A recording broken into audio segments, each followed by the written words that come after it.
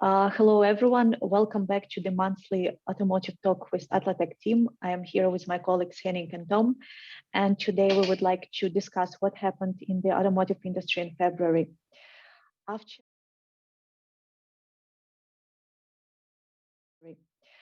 After testing for 18 months their autonomous trucks, TuSimple finally got approval to put their trucks on the real roads in China, and soon we will see 5,000 autonomous trucks driving on Chinese roads. That's definitely a huge step for the company. Henning, don't you think?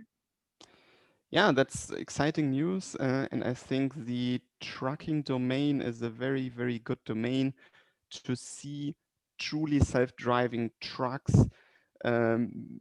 operating in the near future. It's a fairly well understood domain where this happens, and there are a couple players in the industry that push autonomy in the trucking space. TuSimple is clearly among them. It's pretty well known. And getting the approval to put 5,000 fully self-driving trucks on the road in China is a vast number. So, yeah, that's I like to see this happening at that pace, and pretty interesting. It's crazy, right? I mean, 5,000 trucks, and this is like, I mean, okay, that's only the permission they have, yeah, but still, it's a 4-year-old company. That's wow, yeah. So this is also going to be a very interesting test of the level of maturity that they have production wise, right? I mean, are they going to be able to outfit 5,000 trucks and really take advantage of that permit? But definitely a strong move, and it once again shows how China is really driving things ahead here, right? I mean, with TuSimple, you have this model that we've seen with other companies as well, with part of the team being in China, the other part being in Silicon Valley, and it really turns out that China and the US are definitely leading this race. Yeah, and with if they really manage to equip 5,000 of these trucks and let them drive continuously, then I'm wondering if these trucks actually move and transport goods and freight, right? I mean, I could imagine that they do this. I don't know for sure, but that would also be interesting to finally have paying customers for all of this and just to see what they think and how they react to this, right? So Yeah. And yeah, as we always talk about autonomous trucks or robot taxis that are being tested. And finally, we have found the news about New Flyer. It's a North American bus producer, and they claim that they have developed the first heavy-duty autonomous bus that's meant to transport 80 passengers at a time. It is still in the develop phase, so to say, and they plan to start testing it in 2022, but that will be the first bus for passengers that will be completely driverless, going on the routes around the country. What makes the bus so special is that not only that it's equipped with software, LiDAR, 3D vision and everything, which is expected to reduce the amount of accident, but also the bus will be able to predefine the most efficient route for traveling, which will save a lot of time for passengers and of course will be more efficient in general. And the bus will be able to exchange information with other vehicles from their network, which is also quite good and will make the traveling experience again more efficient and safer for the people. Tom, what do you think? Do you think the passengers will be actually relying on this vehicle, or it will take some time for Americans to start using it?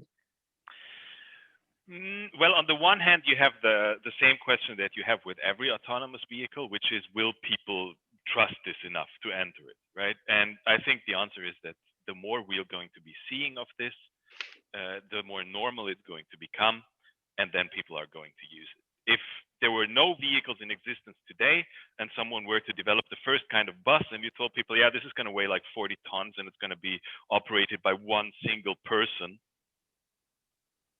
that would be considered ridiculous, right? Everyone would go for the autonomous shuttle. So I have no doubts that eventually this will be overcome.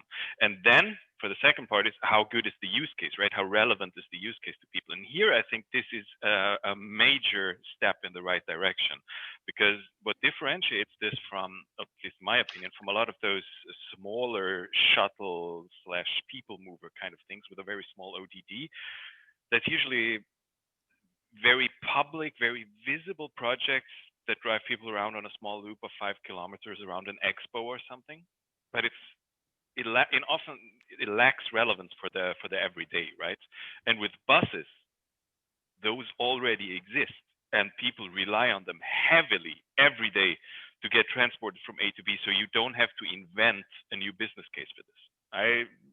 If they can pull this off safely and reliably, and if the service is going to be good, I see no way how this could not be a success.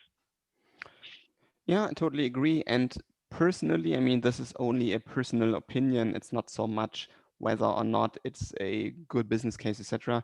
I personally simply like buses, right? I like to ride the bus, and I think it's also a means of transport which simply makes sense from example congestion point of view, right? If you Right. pack a bus, I mean, you clear the roads at the same time, right? I mean, just makes sense. Likewise, environmental impact, carbon dioxide, etc. If it's not electric, that is also heavily reduced if you just simply put more people into a single vehicle. So from that standpoint alone, I like the idea a lot. And like you said, it's something that is well understood because that's been ongoing already for decades.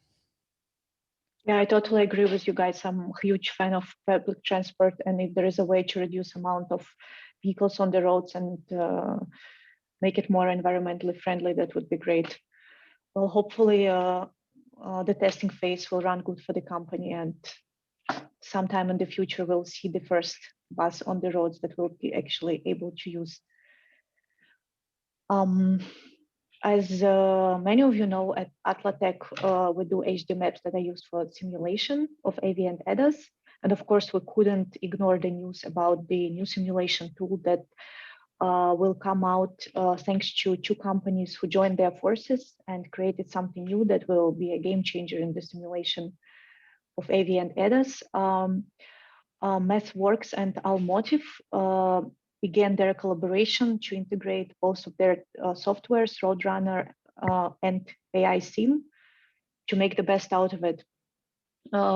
Before, we haven't seen much collaboration in the simulation domain. Usually companies focus on their own technology to deliver the best results for the clients, but here are two companies that decided to make it differently and take the best of what they have, combine it, and make even a better product. Henning, what do you think? How will their clients benefit from this collaboration, and why will it be so different from a traditional simulation software? Yeah, I think this whole space of virtual testing and simulation is clearly a part of this, boils down to interfaces, right? I mean, there are so many aspects, and hardly any single one company alone can solve all of the needs that are out there. And that leads to certain aspects of simulation, like providing real world content, providing an engine that can simulate, etc. And the better these different tools work together, the more benefit they bring to the customers. And this is also how we typically try to approach the space by making sure that our data works seamlessly into almost all simulators that are out there. And here, coupling Roadrunner, which is an excellent product, with an existing simulator totally makes sense in my opinion. Yeah, absolutely. I think this entire space of tools and data formats and everything really has a lot of potential to become easier to use, right? And to just integrate things with one another. It's 2021. People expect that from all the tech that they're using in their private life.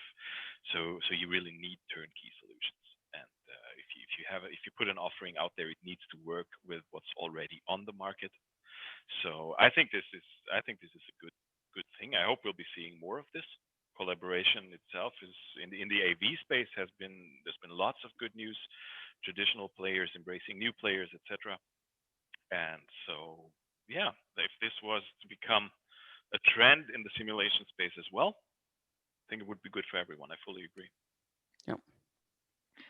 Well, if any of you use simulation tools, feel free to share with us your experience and what would you actually like to improve in those tools. We would love to hear your feedback. You can leave it in the section comments below.